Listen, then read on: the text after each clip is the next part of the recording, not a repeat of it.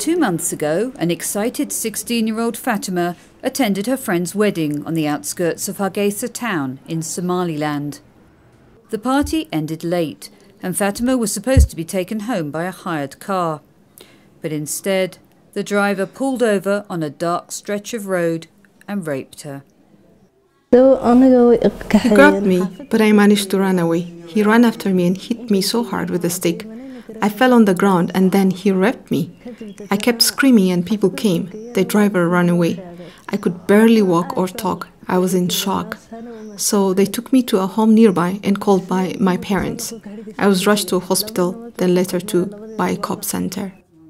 Many survivors of gender-based violence, like Fatima, are referred here to the Bahi Koop Center in Hargeisa, which provides a full care service for them.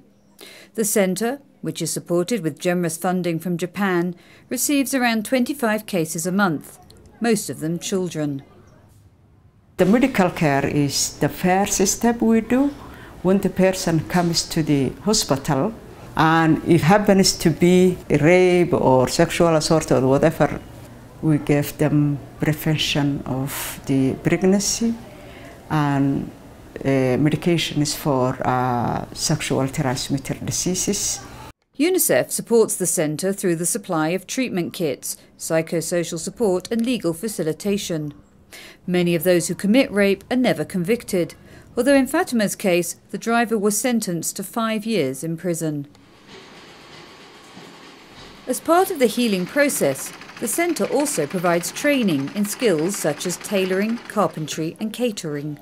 This training is one of the psychosocial support to improve their and encourage them to do and improve their skills to work and look for their daily life. Increased insecurity, displacement and the breakdown of community protection mechanisms have led to an increase in violence, particularly against women. UNICEF works with partners to create awareness of the scale of the problem in the community at meetings such as these, and encourages survivors to report all cases of rape and other gender-based violence. This is Susanna Price reporting for UNICEF. For more information, go to www.unicef.org. Unite for Children.